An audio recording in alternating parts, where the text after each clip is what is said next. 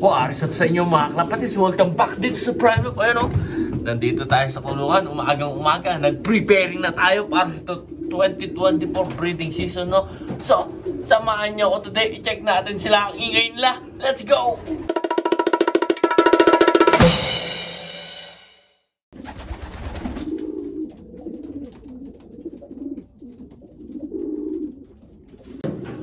Ayan na sila mga kalapatids. Preparing na tayo. Ayan o. So the whole week, preparing tayo sa kanila lahat. Ayan. Pero pagsasama pa natin sila 1 week before. Preparing lang tayo ng mga kapag daytime. Ayan, ganito lang sila pag daytime. Nasa labas yung mga barako. Tapos nasa loob yung mga hen. Ayan. Tapos yung mga mahirap magpares, nilagyan ko ng bugat kamukhaan na yan para ma-motivate sila na magpares. Kasi yun nga, yung iba basal yung mga ginamit natin, karamihan. O ayan, ayan sila o zoom out muna natin para makita nyo lahat. Ayan sila o, todo barako mga kalapatids. Tingnan nyo yung first overall natin o, sinasayawan si Porsche 911. Best kidal natin, tsaka yung Porsche 911, ayan din, no? Nagpaparisa na rin, sana magparis na sila, ayan. Tapos itong Cookman natin, ayan, sa taas. Tsaka yung Alphonse, nagpaparis na rin. Shoutout sa'yo, Master Rabbit, ayan sila, oh. Ito naman pangalawa, ito yung ano, yung Thomas 6, tsaka yung kidal natin. Ayan, kidal yung barako, ito naman, si Kittel 120, full brother niya, itong barako, tapos si Chloe the First, yung second ace overall. So itong pairing na to, ano yan, 8 ace overall, tsaka second ace overall yung pairing na yan. Tapos dito naman, ayan, yung super champion na hen, tsaka itong Kittel na kak, mga kalapatids. Ayan. Dito naman is yung super champion Kittel, tsaka yung Harry. Ayan sila, pares na sila. Tapos dito naman is Jansen, Cross Jansen. Tapos Sakis yung lalaki, Jansen Sakis mga kalapatids. Ito, yan si Jansen. Galang may asawa na. Kasi ayan naman yung first overall natin, sinasayawan, si Porsche 911 na all. Ayan o, nakakatuwa silang panoorin. Yung namamara ko, yan yung pinaka the best natin, si Kittel 120. Yan ang pinakaunang first overall champion natin. Ay mga kalapatids, champion yan, first overall. Tapos yung sa taas naman, yung nanay ni Chloe the First. Ayan, yung inbreed chipo natin, tsaka yung line breed na line breed na Grutans. Ayan yung hen, tsaka yung inbreed na chipo, yung barako. Ayan. Tapos sa kaliwa, ayan, yan yung magulang ni Kittel 120, yung producer na breeder natin yan. Itong box 1 tsaka itong box 2. Ayan o. Yan yung Kittel na hen natin. Yung babae sa loob. Tapos yung inbreed chipo natin ay nasa labas. Ayan. Chipo Kittel. Ayan. Sa baba naman is yung Porsche 911. Tsaka yung best Kittel natin na import. Ayan.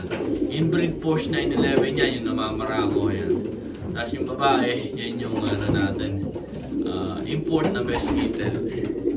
Tapos dito naman, yung pangmalakasan is yung full brother ni Red Monkey, yung nanalo ng 200,000 sa Victoria Falls 2018. Yung barako.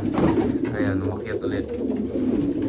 Yan yung GFL 236 natin, mga kalapatid. Ayan, yung barako, siyempre may pares yan. Yung pares niya, yung Thomas 6, Wolverine, ayan. Yung hen, pares na rin sila, namamares na, oh. Tapos yung sa baba, yan, yung Chipukman natin, ayan, oh. Pogi, oh. Saka yung kapares yan, nandun yata sa perch. Yung Kittel naman, Kittel din yung kapares nito. Ayan. Ayan sila, mga kalapatids. Todo ano sila ngayon, oh. Todo papogi.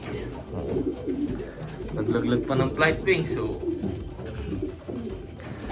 umpisa na ng preparing. Naku po, nakaka-excited mag-breed mga kalapatids, ano? Talaga yung mga barako, alam na nila yung mga kanilang box nila.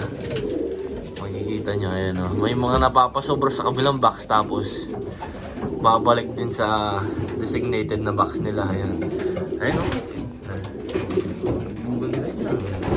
Laban pa. Ito mabangis ng batang to. Ito super champion. Ayan. Hindi siya nanunpa. Nag-ano siya. Naninipa mga kalapatids. Ayan o. Pogi. Ayan o. Ginamit natin yan. Isang kittel yan mga kalapatids. Cross ng super champion. Yun nga. Walo sa mga breeders natin is may kittel. Kittel lahat. 8 breeder. So, ito. Kittel. Kittel to. Best kittel. Kittel. Kittel. Hindi to. Ito. May kittel din to. May kittel din to. May kittel. May kittel. So, 1, 2, 3, 4, 5, 6, 7, 8. Walong breeder natin, kittel. Kasi yun yung nag-click sa atin nung 2023 Young Bird Season. Ayan. Nag-click yung mga kittel natin. 3 yung inanak ng kittel natin. Lahat maganda yung inanak mga kalapatids. So yung 8 kittel na yun, related yun lahat. Magkakakonek lang sila mga kalapatids. Kumbaga, magkakalapit-lapit lang. Pero ayun sila oh. Oh, naghahanap na ng pugad yata. Hindi pa tayo maglalagay ng pugad. Ayan muna natin silang makondisyon. Ayun. Tapos magmula ngayon, mag-on na yung ilaw natin. 24 hours up to 3 days. Tapos after 3 days na 24 hours na lighting, papatay na natin yung ilaw every 10 ay 11 PM 11 PM papatay na natin yung ilaw. Ayan. Hanggang sa mangitlog sila. Ayun, tas tuloy-tuloy na yun. 10 PM naka-on yung ilaw natin dito sa breeder section. Tapos ipapalitan na rin natin yung ano nila, yung patuka. Umpisa na natin yung breeder. High protein na yung ibibigay natin sa kanila mga kalapatids. Ayan. Para makapag-ready na yung mga katawan nila para sa 2024 breeding season. Nakaka-excite. Ito, bumaba si Porsche 911, no? Babalikan na si Best Kid. Balik mo na yung Best Kid. Sila, oh. Tapos mamaya, papainumin natin sila ng electrolytes. Bibigyan natin ng electrolytes yung ano nila, yung tubig. Ayan, no? Nagsasabong yung dalawa.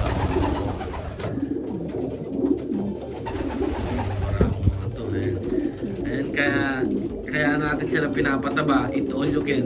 Kasi maraming enerhiya yung gagamitin nila pag nag-breeding na. That's 100% madaming energy yung mga gagamitin nila. Ayun, kumakapig-kapig pa. Ito, gusto na yata mag-kiss. Ayun o.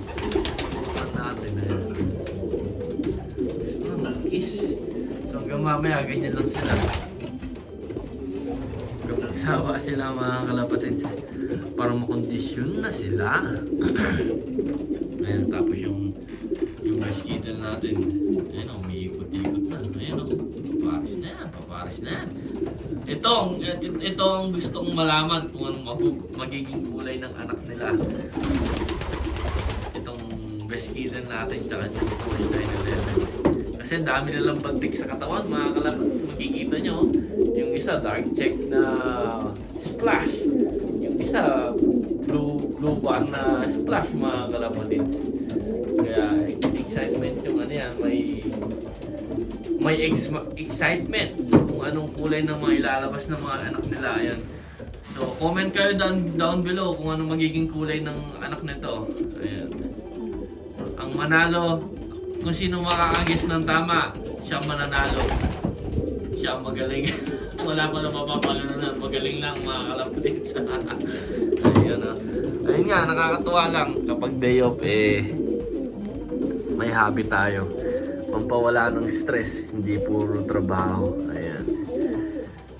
Nakakatuwa. Nakakatuwa tong hobby na to. Stress reliever kumbaga.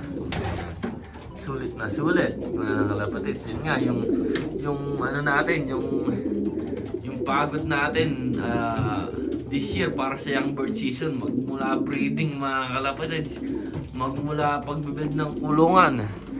Ayun. Nasulit ni Kittel 120 itong ibon natin na to. Pero anyway, itong ibon na to napaka-consistent mga kalapatids, si Kittel 120. Makikita niyo yung record niya maganda talaga. Kahit hindi siya lap winner, maganda yung pinakita niya mga kalapatids. 4 times first drop out of 7 races. 4 times na first drop to mga kalapatids. Ayun. Ilang kaya mag-breed natin. Ayun, tapos magsisend din tayo ng OLR. So magsisend tayo ng OLR, panigurado doon. Isang pares. Tapos dito isang pares. Tapos dito siguro ay doon. Isang pares dito, isang pares dito, isang pares dito. Itong magkailera na to. Ayan. Isisend natin yung mga anak nila sa OLR dun sa Upper Canada. Tapos sasali din tayo dun sa may Niagara Falls na OLR. Isisend naman natin dun itong tatlo na to. Isisend natin yung mga anak nila. Yan. Yun, makikita nyo laging yun, di ba? Kasi yun ang naging producer natin na breeder. Napaka-consistent ng mga anak nila, mga kalapatids. Ayan. Swing naman tayo dito sa sa barakong malungkot kasi wala silang kapares. Ayan. So ito yung mga barako na hindi natin nagamit na yun. Natin yung ilaw. Ayan. May liwanag kang buhay dito sa Prime Law Pigeon Racing, mga kalapatids. Ano pang ginagawa nyo? Subscribe na kayo. Nanano ko pa ba? Subscribe na ka. Bantanda ka tamo. Ayan sila. Ayan. Puro tubag barako lahat. Ayan. Ito yung Pure Johnson natin. Pure Johnson. Itong blue bar na to. Tapos yung Albert Derwa natin. Ito yung Kittel 120 natin. Sorry, nabubulol. Yan yung nag-second place dun sa Wainwright Open Bird, mga kalabas. Ayan naman si Pachot. Yung Mili, yan naman yung third place dun sa Open din, mga kalapatid. Ayan naman yung tatay nung tumatakbo na red checker. Ayan yung tatay niya, mga kalapatid, si Arden. At ito si pangmalupitan. Pangmalupitan natin to na si Pepper. Magkaya ka muna, Pepper. Yan yung pinakaunang ibon natin. Dahil dyan, kaya tayo nag-ibon ulit. Kaya yan. Bibreed natin yan, mga kalapatids. Bibreed natin yan dun sa Mili sa kabila. Tingnan natin mamaya, no? Ayan sila. So, ito yung lugar ng mga barako. Ayan. Naglilinis lang tayo. Depende sa poops nila. So, ngayon, napakakunti pa. Baka 3 weeks pa. Dito naman tayo sa mga hen. Ayan. Natin yung ilaw. Ayan, yung mga hen. 4 na lang sila, mga kalapatids. Ayan. Ayan yung pinakaunang breeder natin. Si Precious. Ayan. Paparas natin siya pang second batch dun sa natin, inbreed chipo. Ayan. Yung gagamitin natin. Tapos second batch din ito, dun Johnson Hubens dun sa chipo Cookman natin. Ayan. Tapos ito yung magiging kapares ni Pepper. Ayan siya. Itong Mili, mga kalapatids. Ayan. Isa tong Gabi. Cross ng ano kasing cross na to? Sayon. Ayan. Ito siya.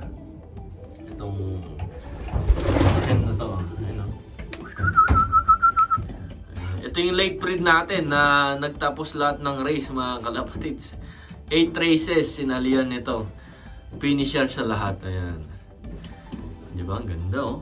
Pure sayo niya, mga kalapatids. Cross ng Gabi Concepcion, mga kalapatids. Ayan. Ayan, oh. Ito yung magiging kapares ni Pepper. Ano ngayon lalabas nila? Ayan. Experiment lang. Para makapag-anak si Pepper, kawawa naman. Lagi na lang siya walang kapares. Ayan, oh. Ganda. So ito, finisher ng 600 kilometers, pati 700 kilometers siya time part. Tama ako. Anyway, si Jansen Huben. So, si Jansen Huben, hindi sila nagamit kasi nakapagpainakay tayo sa kanila ng 10 piraso. Walang consistent kahit isa. Kasi na-inbreed sila. Magkapatid to magkapatid, pinagpares natin. Kaya yun. Tapos i-cross na lang natin sila para masubukan ulit. Subok lang na subok. Hindi ka na. Parang nangitlog na yata. Nangitlog na. Nangitlog na ba kayo? Ayun mga kalapatids. So salamat. Maraming salamat sa panonood at pagsusubscribe dito sa Prime Law Pigeon Racing. At pinapangako ko, maraming video pa paparating mga kalapatids. So keep on watching. Keep on liking. Keep on subscribing dito sa Prime Law Pigeon Racing mga kalapatids. Ano? Sana may calyps to lips. Ayan o. So, ganyan lang yan, the whole day. Ayan lang natin silang ganyan para makapag-settle sila. Yun mga kalapatids, subscribe kayo. Pag umabot tayo ng 1,000 subscribers, magbibigay tayo ng 3 tig 1,000 pesos dyan sa Pilipinas na GCash. Kung sino yung mapipili natin na supporters mga kalapatids, sila yung mabibigyan ng 1,000 pesos. 1,000 pesos, marami ka nang mabibili sigurong patukadon mga kapatid. O kaya bigas, ayun. So, ayun. I-like mo. I-share mo. I-subscribe mo naman dito sa Prime Law Pigeon Racing. Ayun, mga dara. I-subscribe mo na yun. Baka i-subscribe na yung pang baba. Ayan.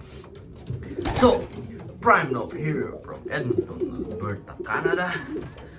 Representing Philippines. Ingat sa inyo mga kalapatid. So see you guys next vlog. Subscribe lang na subscribe. Bye bye.